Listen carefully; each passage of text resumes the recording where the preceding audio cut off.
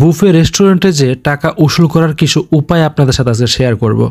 যেহেতু বুফের প্রাইসটাও থাকে নির্ধারিত এবং সময়টাও ধরা বাঁধা, সেই ক্ষেত্রে অবশ্যই আপনারা কিছু বিষয় ফলো করে যদি খাওয়া দাওয়া করেন, অবশ্যই আপনাদের টাকাটা উঠাতে পারবেন।